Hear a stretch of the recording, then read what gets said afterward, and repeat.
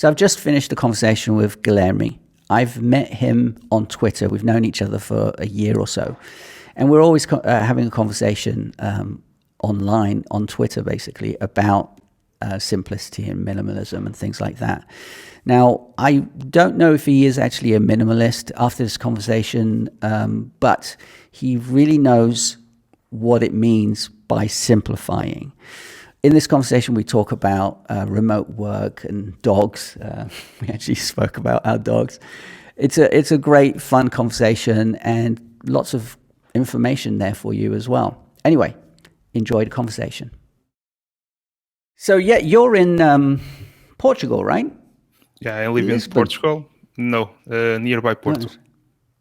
Nearby Porto. Okay, man. Yeah. I've been wanting to come to Portugal for such a long time.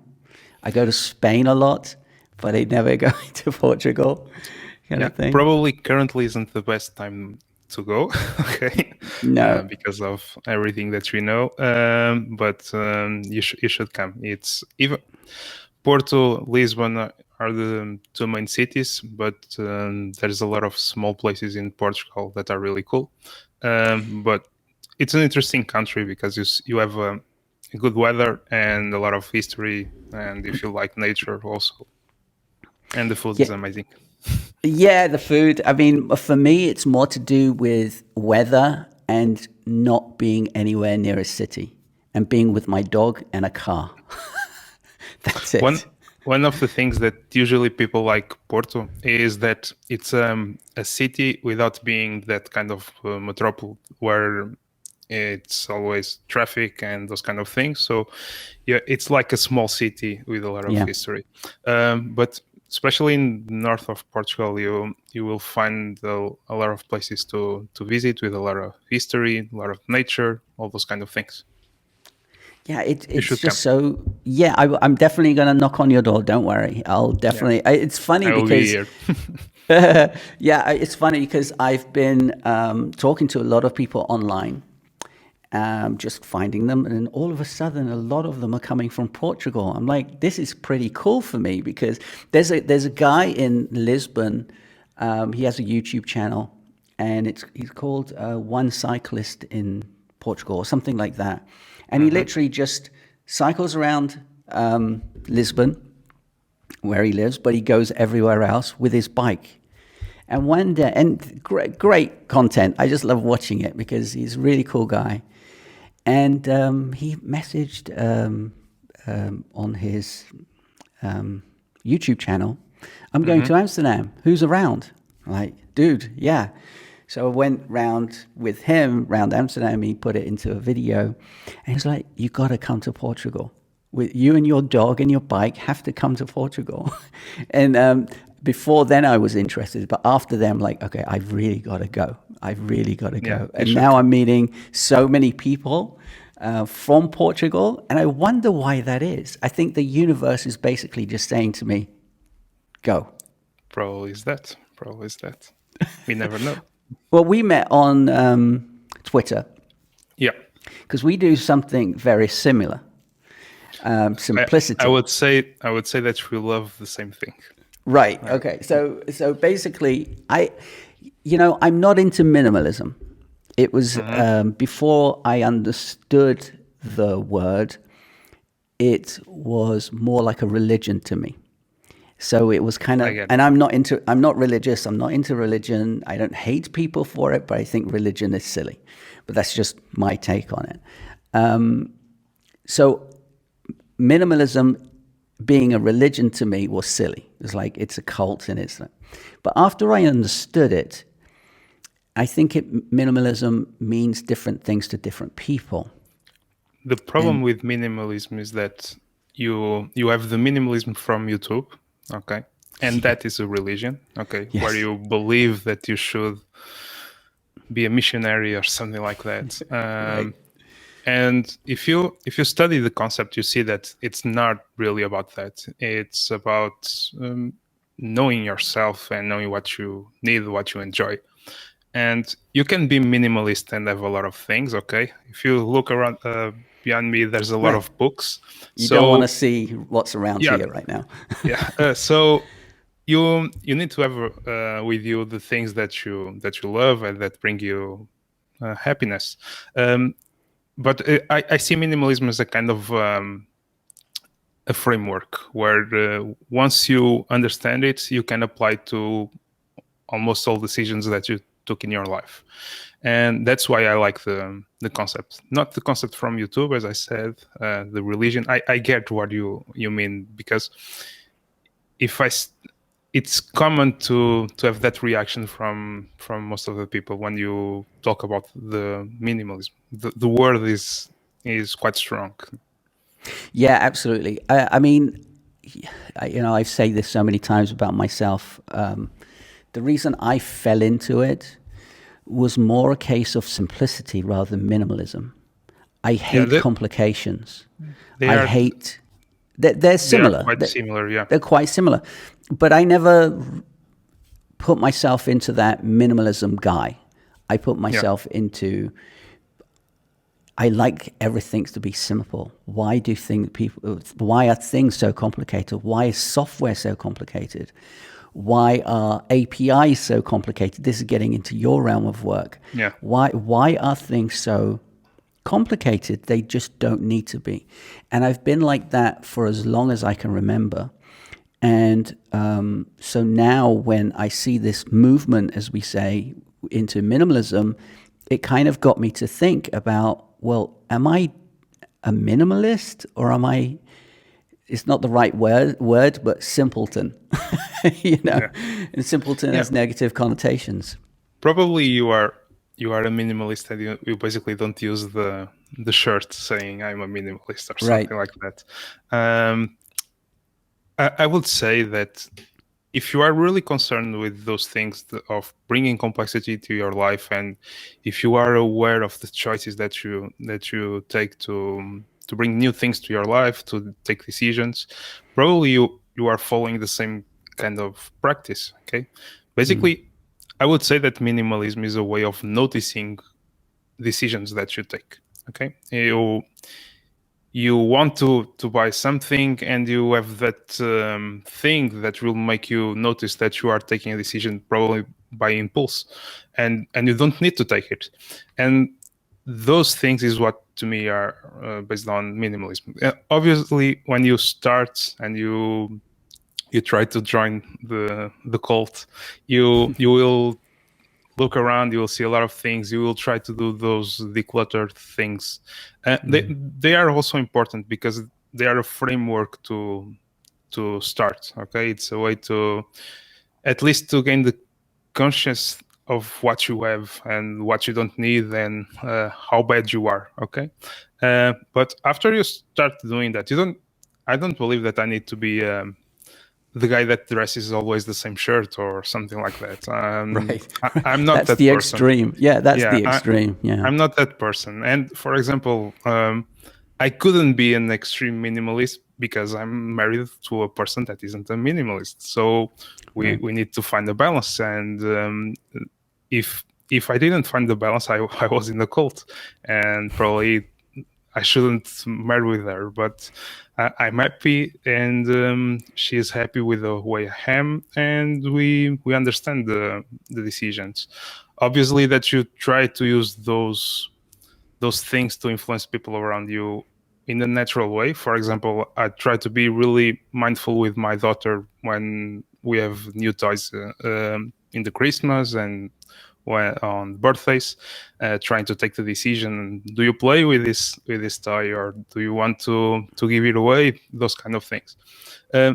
But I believe that in your case, you don't dress the shirt, but you follow most of the concepts of minimalism. Probably I'm using the shirt is the only difference. Yeah, I mean, it's interesting because this whole minimalism thing came about purely because of tech minimalism. I wanted a word. I didn't want to use the word simplicity or simple because it had a different connotation to it. Mm-hmm. And tech minimalism just worked rather than trying to come up with some sort of an idea. Tech because I'm in tech, minimalism because that's kind of the hot new word right now. in a way, and almost what I am kind of doing. And it's working, and it's been pretty good. But you do something with code, right? You're a coder, is that correct? I'm a software developer, You're a and developer. yeah, and the reality is that I discovered this thing of minimalism by kind of accident. Basically, I have a chronic disease. It's something that usually is a lot of problem when I'm tense with a lot of anxiety and all those feelings when you are overwhelmed. I start feeling a lot of pain, and Right. I try to change a lot of things in my life to deal with that pain, to avoid it. Things like food and the kind of exercise, whatever. And one of the things that I start noticing on myself was on those moments when in my work I was feeling a lot of stress related to complexity.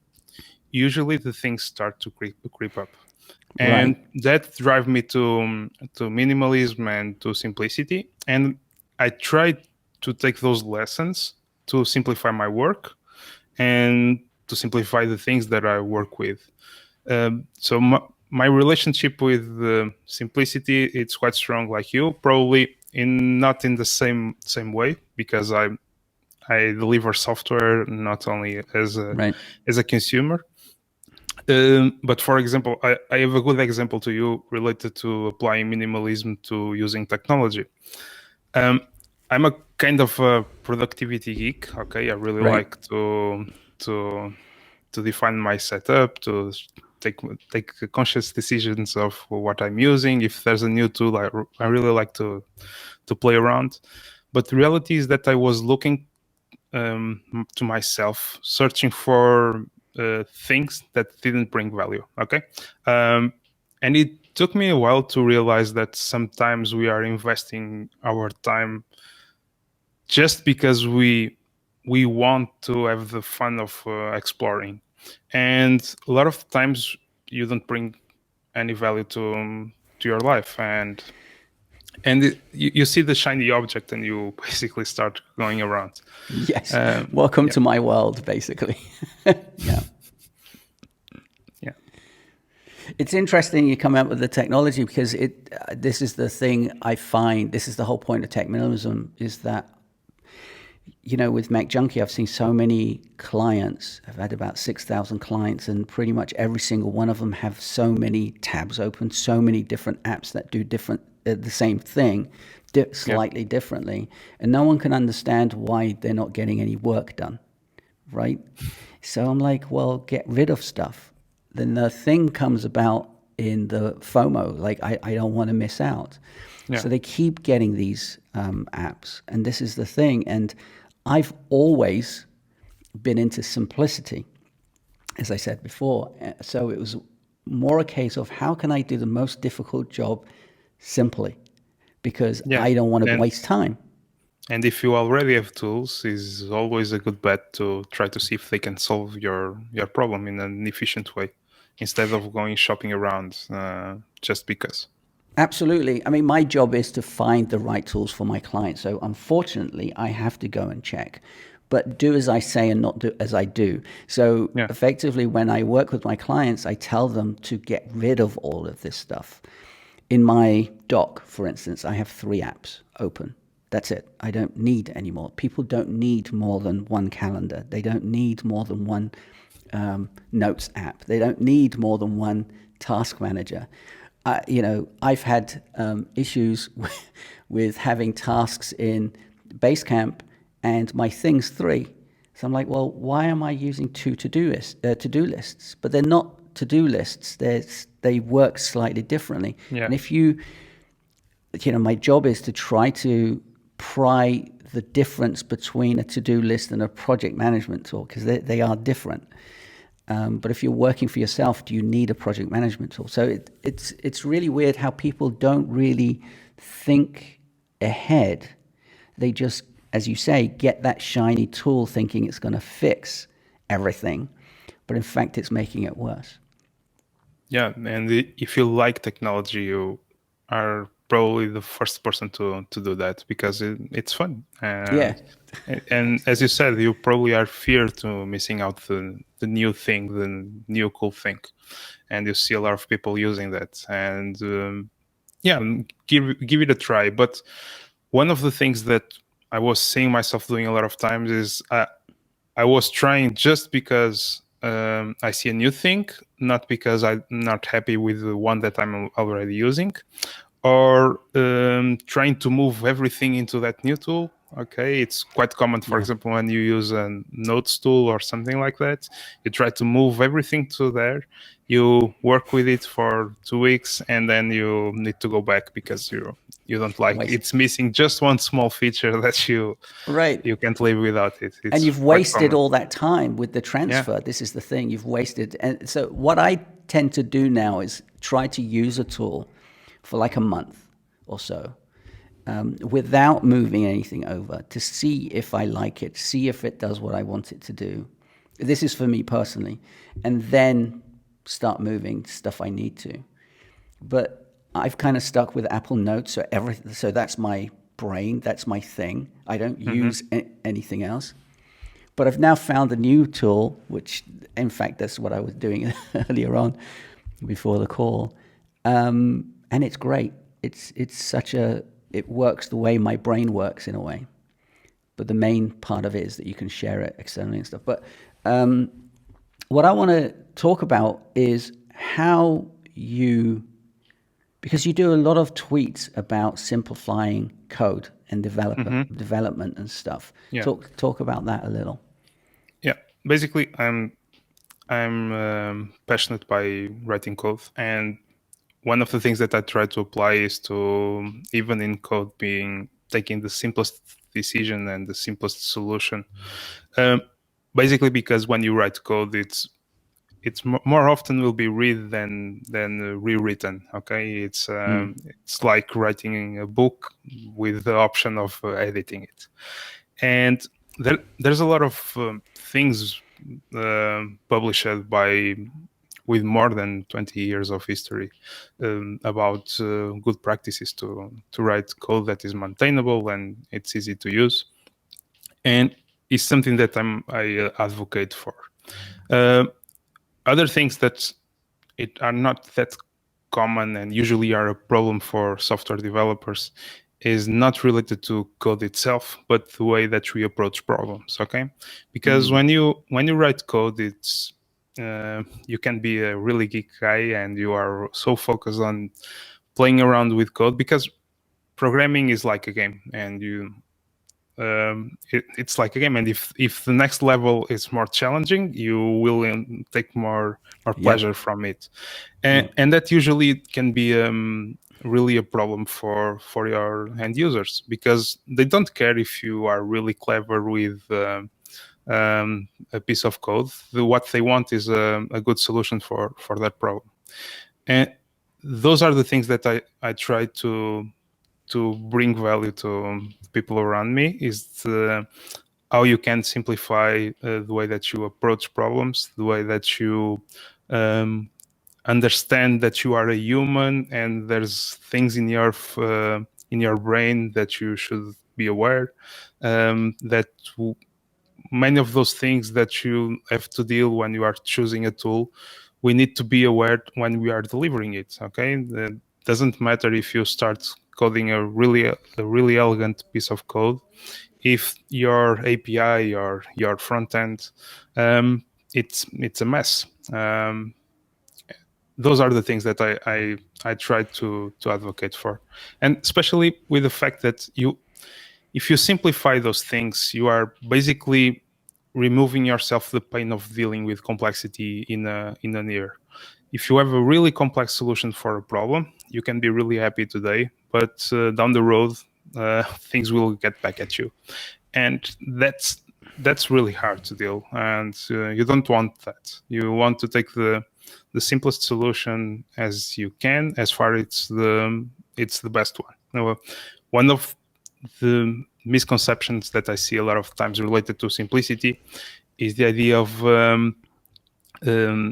relating simplicity with simpler, or lack of effort, something like that. But simple, it's more complex than doing a complex thing, because you need to put your brain on that and you need to put the effort.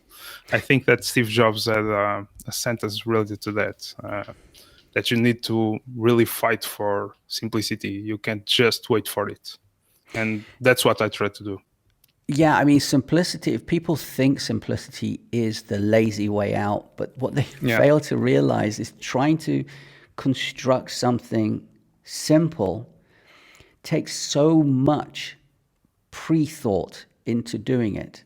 It takes so much architecture in your brain to try to figure out. To build it might be simple, but the actual road of getting to that end point is so much harder than just getting so for instance, you can build, when we were young, when I was young anyway, we used to go out and build a cart out of wood, right? Just nail wheels on. But it broke because we never thought about how to create that thing. And I think simplicity is basically the same, or that the product or the thing that you're trying to build and trying to make it so simple is so freaking difficult. You can see the example of a search engine. Okay, to a random person that doesn't think about those things, it looks like a really simple thing. It's usually just a text box with a button. Simple. The amount of things that are abstracted on that thing, it's stunning. It's really difficult to understand what is being done. And when you start thinking on the things that you deliver on that way, you need to think about abstractions and decomposing the problem in small pieces. Because if you are abstracting something from someone and you still need to deal with too much information, complex, problem too hard, too complex, you will deliver a bad job. And so you need to apply tools to understand how can you split this big thing in small things like Lego or something like that. And that's the challenge in anything. Yeah, it's, as I said, it's more the strategic thinking behind the product rather than the product itself, rather than the thing, rather than the button, rather than the field. I struggled with that on my website, on where all my videos were. I've obviously moved them to the new place, but where my videos were, I was like, how can I put a search field there that didn't take away from the look and didn't take away from me wanting people to kind of scroll through? So I left it out, because a lot of people saying, I can't find this, I can't find that. I'm like, well, I know I don't really want you to find it. I want you to find the information that's being presented to you. Plus also, it will look silly if I put it there. So the idea of trying to just put a search field is so simple to do, but I didn't want it there, right? So I think about that stuff a lot. So even when I'm working with my clients and they say, is it ready, or what can we do? It's not as simple as that. It will be simple once it's done, but getting there is so complicated. And that's kind of difficult to explain to some, not everyone, but to some. Yeah, and especially if you deal with those detailed things, you are focused on the tool, you are focused on the process, and you are not able to step back. Okay, this can be really a problem. This is really common in code, because you are looking to a few lines of code, you are using your focus, your flow. And if you don't step back, your brain will not see what is around. Is that idea of looking for the forest instead of the trees.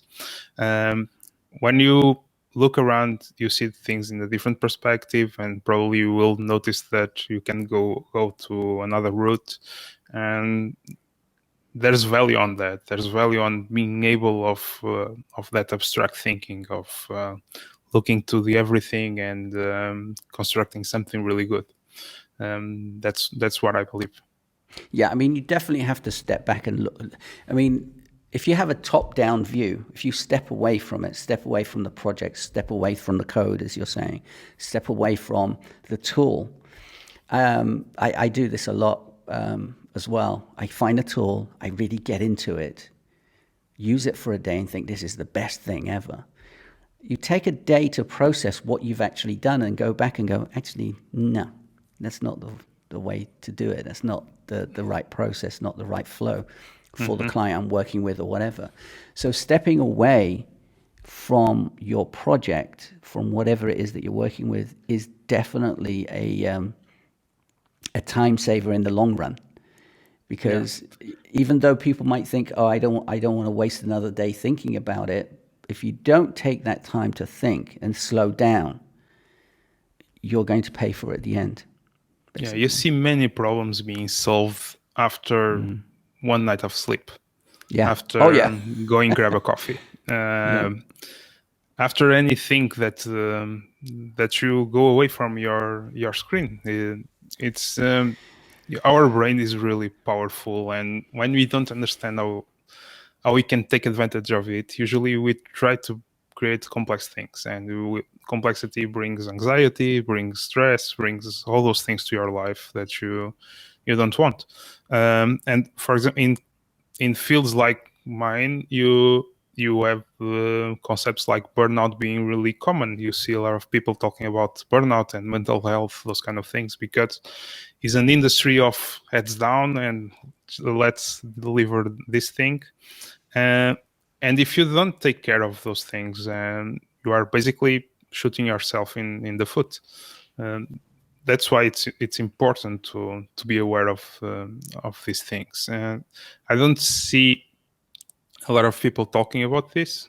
It's interesting that I found you on Twitter because of the concept of tech minimalism. The tagline was catchy, at least to me.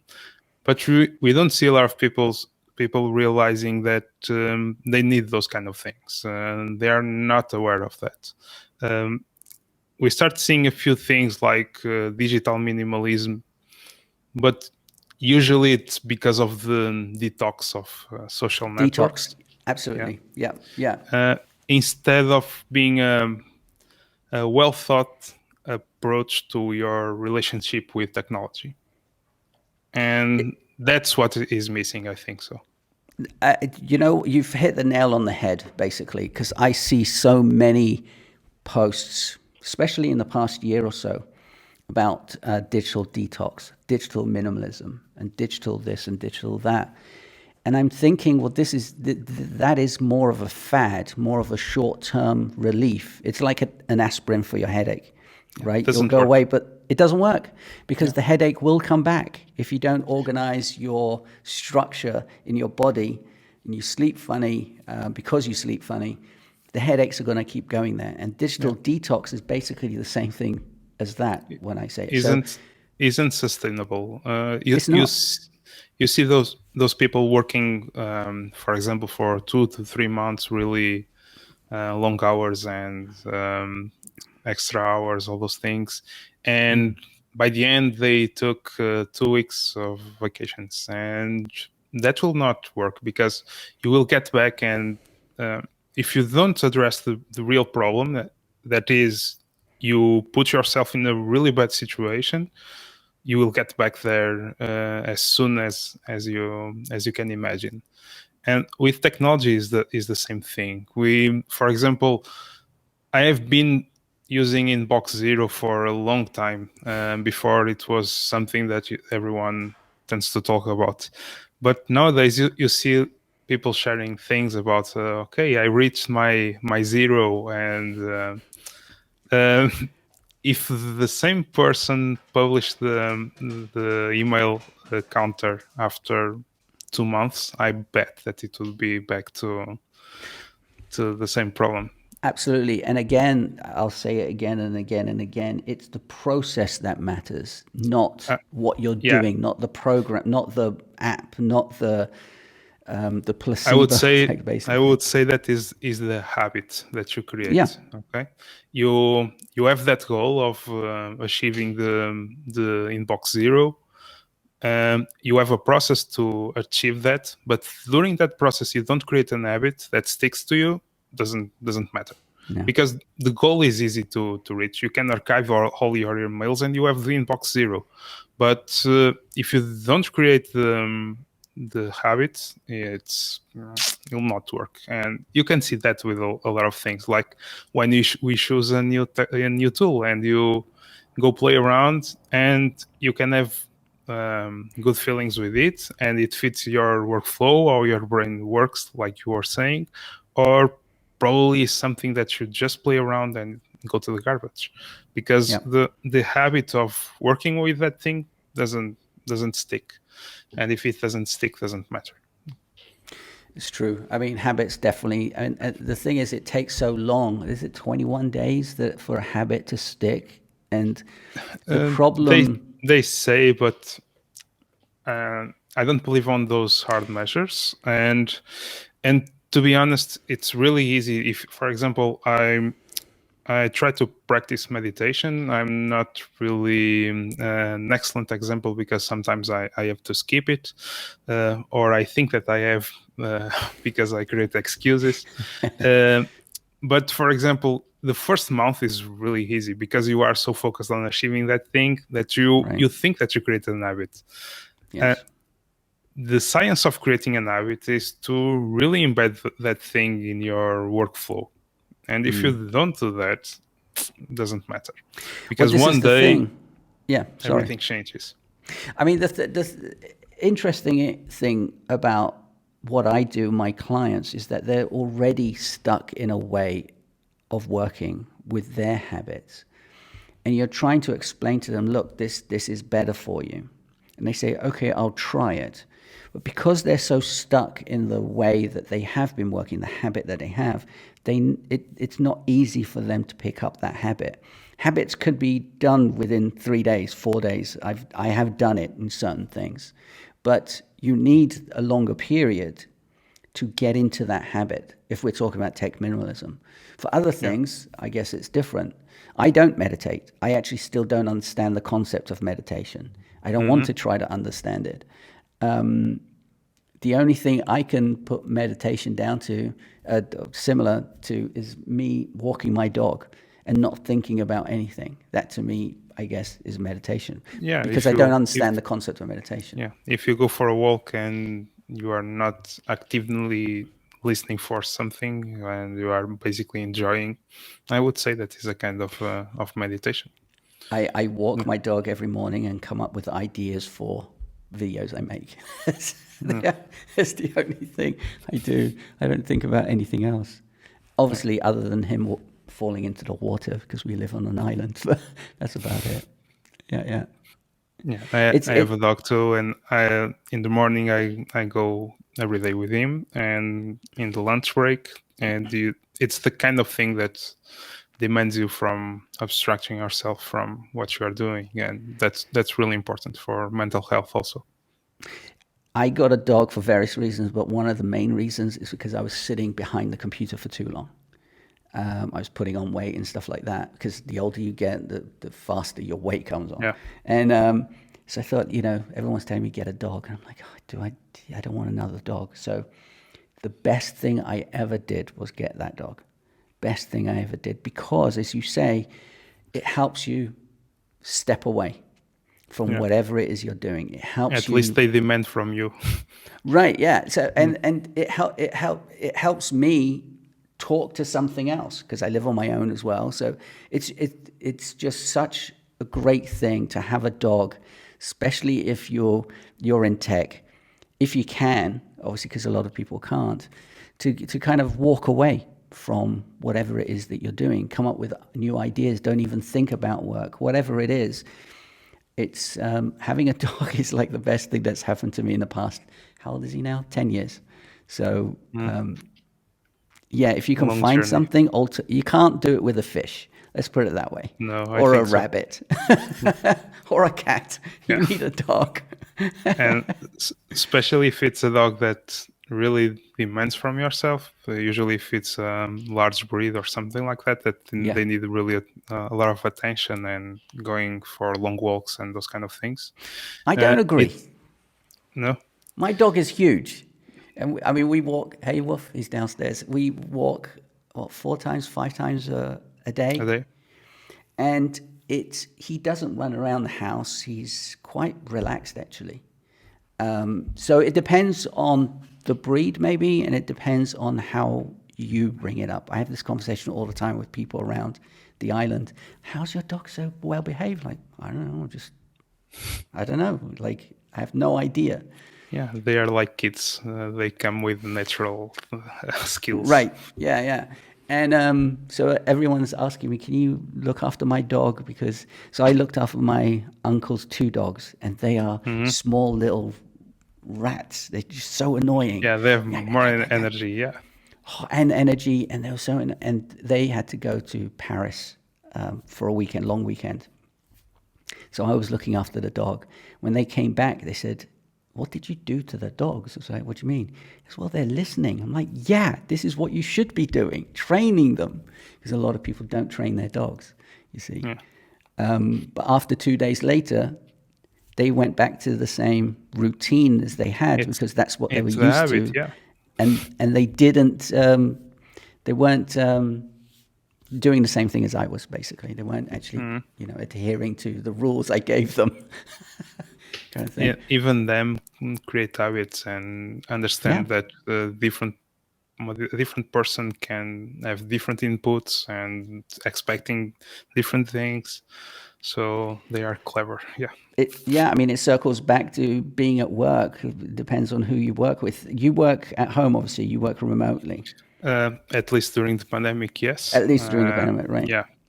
I was working in the office once this starts in a different company. In the meanwhile, I changed jobs. And one of the things of being in the office is you create a different schedule, and it's quite easy. For example, in the lunch break, if it's raining outside, you don't go out, you don't go stretch. When you are at home and you are with your dog, you need to do that. You need to go out. Yeah, and that is one of the important aspects. And he has a funny thing that is when it's the lunch hour, he already knows, and he comes by to my desk with the paw.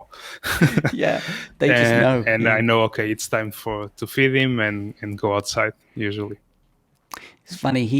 We have a routine, but it's never fixed, like my life and like my work. And so I can wake up at 11, 12 o'clock and he's still there chilling, not expecting anything. So he knows that we will go out. He just doesn't know the time, so he never asks. On the rare occasion he really needs to go out, he will literally sit in front of me staring at me. It's the only thing I get from him. But I want to go back to you working remotely. Yeah. How does that work with your colleagues? I mean, a lot of people say, I hate working remotely and a lot of people say, I love it because I get left alone. But do you get distracted with Slack or anything like that?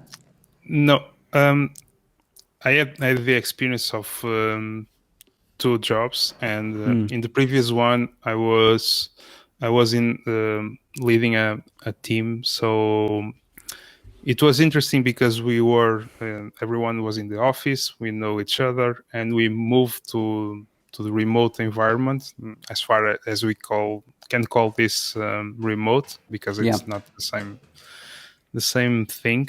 And to be honest, we didn't feel that we were missing a lot of things. Right. Everyone was still collaborating, helping each other. It's quite easy nowadays. Jump in the call, and if you need to figure it out. One of the things that I noticed from changing jobs recently is that when you come to a team, you don't know the dynamics, and you don't know everyone, and it's a bit hard to get in the spirit. And Slack seems like a really informal tool to those kind of things. Yeah. So I would say that if you have a good connection with everyone, it's easy. If you if you are in an environment like you are a new fish in the pond, probably you will struggle a bit in the beginning because you need to create those connections. But to be honest, in the kind of work that I do, I don't feel a lot of things missing out. Besides that thing of creating relationships, if you one of the things that I was missing in the beginning, probably because I didn't use the right tool, was whiteboarding. Okay, Right. I really like to explain things with diagrams. Okay, and I'm quite used to grab a pen and paper and try to sketch something. And that thing I was missing because the tools that I was used to do, they were quite isn't natural. Okay, and when you are used to do that with a pen, and on that thing, when we had discussions of what we should do, how should we do, and I tried to explain something, I was missing that thing. But to be honest, the cost benefit of going home to work remotely, I don't see a lot of things that we are wasting. But the connection between the team and the relationships is something that if you have a way to combine both worlds, I think that it's something that you are winning. Yeah, And maybe it's the future will be something like that. Yeah, I think it's the human connection that people are generally missing. That's because I hear about it. I hear it all the time on Twitter and LinkedIn and stuff, because they're the two places I visit most. That people on the one hand saying they love it, and then the people on the other hand saying I hate it. And the difference really is exactly what you said. It's the human connection that they miss. Not because they want loads of people around them, but I think the connection between teammates matter. The human element matters. And that's missing, and I don't think you're going to ever get that without that actual human interaction. You either have a company where everyone is remote since the first day, and the culture is that. If you have a kind of a hybrid environment where everyone was in the office and then everyone jumps through remote, you will feel that. I really believe that most companies will create a kind of a hybrid environment where you go to the office once a week or something like that. You can have a few meetings together, those kind of things, and then you have your focus time at home. I believe that. I think Basecamp started, they were fully remote, but they had an office where people could go in. And there were some people that just went to the office because that's the way they worked. And I think that even though they say they were remote only, it's not quite true, because they did actually still have an office. However, they were pushing the remote part of it more. But because of the pandemic and the fact that they want to make everything smaller, they're actually going fully remote. So I don't know how that's going to affect the people who were going into the office. But I think, as you said, I think a hybrid makes a lot of sense, to have an office where people can go for events, for meetings, for anything, rather than going to, the shared workspaces and stuff. Or a 9 to 5. I mean, the thing is, people don't work 9 to 5 anymore. I don't. I don't think anyone does, really. They have kind of borders, but if you're working on something, you're not going to just stop because if you're in the zone. It just doesn't happen. And if you're not in the zone, you're not going to sit behind your table to do it. That happens to me as well. So having a place to go where you think, today I want to work. Well, there are co-working spaces, but why not have an office where your actual co-workers can be there as well, which would be much better. You would need a different kind of office that we have nowadays. Probably nowadays most of the offices are set up to have a lot of meeting rooms with a huge open plan with a lot of desks, and probably you need something different. You don't need an office that big. But you need to create those spaces where a team with 4 or 5 elements can join together to have a discussion or to spend a day together, whatever. Yeah. Do you miss going to the office, do you think? I don't feel that a lot. I know a lot of people that miss it. I don't feel it a lot, to be honest. There's one thing that the thing that bothers me most is, even outside of work, not being able to go wherever I want. But probably is because I'm thinking in the current situation. In the current situation, I don't want to go to an office. I would not feel comfortable even to go. But I believe that in the moment that we can go, if it's something that you go once in a while, you will take pleasure from it, instead of that thing of going every day to commute to the office. If it's a kind of an event that you know that you have once in a while, you will take pleasure from it, instead of being a problem to you. It's interesting because I've always worked for myself. I've always worked at home. I have had jobs, obviously, and I've had jobs where I've had to go to clients and go out of the. But I've generally worked for myself, so I hated working in an office. It actually really annoyed me because. Weird thing to say, but people annoy me. You know, when you're working on something and then you hear something in the background, in that sense, it's just so I'm thinking for you being a developer and you're coding, you want to concentrate more. So one of the things that you will see if you go to a software company is that, and if everyone is in the same, noise canceling, and that usually is a bad sign. If you need that to concentrate, and if you need to use that as a kind of a signal, I'm trying to concentrate, is a really bad sign. That's worse. That's worse. And besides that, you can live in an environment where people feel comfortable of approaching you at any time. And if you live on that environment, you can create those focus blocks where you try to head down on something and get into that state of flow.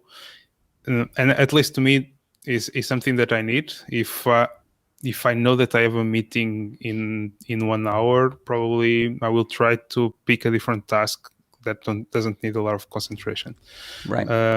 One of the things that I am seeing happening with this thing of the remote working is that we are creating meetings for a lot of things that probably don't need to be a meeting. Hallelujah. Yeah. We are not. We as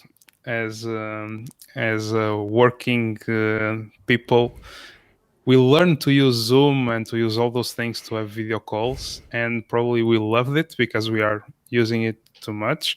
But we didn't jump through that step where you are thoughtful about taking a decision of bringing everyone into a meeting, and writing more, and putting your mind in the things that you want to do, and trying to explain in a written form, at least to prepare a meeting, is something that I feel that is missing in this industry. Probably you see the same thing also. If you can do that asynchronous conversation, you will waste time for a lot of people. Yeah, I mean, it's different. There are use cases for both sync and async, and I prefer async because you have time to think. But I really love sync because of things like this. You know, you can talk and whatever. So that the secret is understanding. The secret is understanding when to choose one or another. I know that you have said in a different episode that you don't receive or you don't react to SMS and those kind of things. It's a deliberate choice that you have.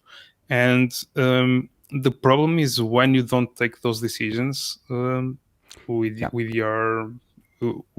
all the information, and going into a meeting and with 10 people in the meeting. And nowadays it's quite easy because you don't see room packed, and because of that, you can bring everyone into a meeting. It's quite easy. That's And right. that has a cost also. If you start summing the money invested in simple decisions, sometimes you will see that there's a lot of waste. There is so much waste in company culture in general, and I've always fought for it. Hate why I used to work in a bank, and I used to hate every minute of it. There was meetings all the time for nothing, for like effect. I mean, there wasn't email back then, but this could have been in an email, that type of thing. And there is so much waste in companies because the processes aren't there. My best friend, who will be listening to this because she really wanted to listen to this because she works at a coding academy. So she wanted to get some insight from what you were saying. So she's listening to this, and she's a process manager. That's what she does do. She's a COO at the moment, but and we're always discussing processes, and we're always agreeing with each other because process matters way more than anything else in a business, effectively, for the working of the business. And if you don't have your process down, you're running around like headless chickens. If you don't have the right SOPs, no one knows what they're doing. If you don't have the right method, the right methods of working, the right processes and stuff, you're just asking for trouble. Yeah, that's one of the things, being able to empty your brain with information that you have in your brain, because otherwise things doesn't scale. Yeah. And in the moment that someone new joins to help you, they will not help because everything is stuck in your brain. Having that second brain with something is a tool that we should be aware that is important. And I see that missing a lot of in software. We tend to prefer to write code to documentation and but the reality is that when we try to use a framework or something like that, and the documentation is garbage, we start complaining. But if you don't do that, things don't scale, and there's a lot of complexity into that. There's nothing worse from you seeing something that you know that you have been in the same situation in the past, and you are almost sure that you fixed in the past, and you don't remember, and you don't have any place to go search for it. And creating that habit of taking notes and writing down processes, SOPs, those kind of things, I think is really important for it. Every company. Every company, yeah. I mean, documentation is huge. And for many years, I didn't document anything, nothing, because I was just working. Yeah. But I've realized afterwards, like you said, how did I do that thing? Because I used to program FileMaker for myself. I didn't do it professionally. So I made my own thing, and everything worked. When something didn't work, I didn't have any documentation to go back to figure out how I built it in the first place, because I was just building. That was in the very early days of FileMaker. So I learned very quickly to kind of document my processes, what you do. And the thing is, a lot of people think, well, I work on my own. Do I need to document? And again, it's something I thought about as well. Maybe not. However, it will make your life a lot easier. The thing is, again, about scale, you were talking about scale. I never want to scale. I never want to hire. I never want to get anyone from Fiverr or anything like that, because I like doing everything myself, because I have all the time in the world in the way I work. So do I need to document? Actually, not really, but it helps me understand my own process. And that's the reason I document. Not because I may use it again, but more a case of, is this the right thing? Am I doing it correctly? And when you have it written down, you kind of understand, okay, well, I don't need to do this, or I need to do more of this, and so on and so forth. So you shift your brain from the creator side of things to the editor or the reviewer, and by doing that, it's enough to understand that you are doing the wrong things.